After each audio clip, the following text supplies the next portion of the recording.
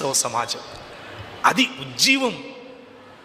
మనకు ఇప్పుడు ఉజ్జీవం అంటే ఏంటంటే మ్యూజిక్ ఉండాలి, డప్పులు బాగా గట్టి కొడితే ఊగిపోవాలి, ఇంటికి పోతే ఉజ్జీవం. అది అరగంట ఉంటుంది. అది ఎలాంటిదంటే ఒక బస్సు వెళ్ళిపోయిన తర్వాత వెనకాల దుమ్ము వస్తుందే అలాంటిది.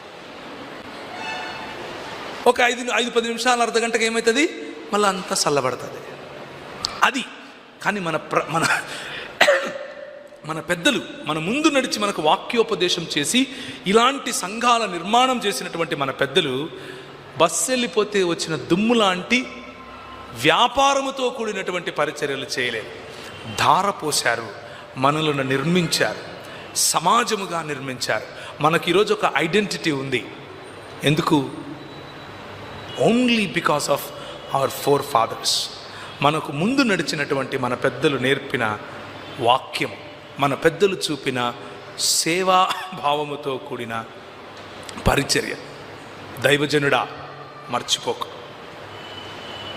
టచ్చులు వస్తాయి పోతాయి, డుబ్కీలు వస్తాయి పోతాయి, సంస్థలు వస్తాయి పోతాయి, క్యాంపులు వస్తాయి పోతాయి. సంఘము ఎప్పుడూ నిలబడి ఉంటుంది. సంఘము చిరస్థాయిగా ఉంటుంది.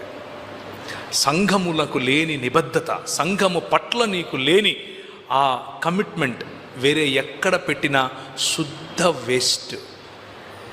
బూడిదలో పోసిన పన్నీరు, అడవి కాచిన వెన్నెల, ఎందుకు పనికిరాదు. మహా అయితే దుమ్ములేస్తాడు. సంఘములో నీ సమయం ఇచ్చి చూడు. సంఘమును నడిపించటానికి నీ సమయం ఇచ్చి చూడు. సంఘమునకు డైరెక్షన్ ఇవ్వటానికి నీ సమయం ఇచ్చి చూడు.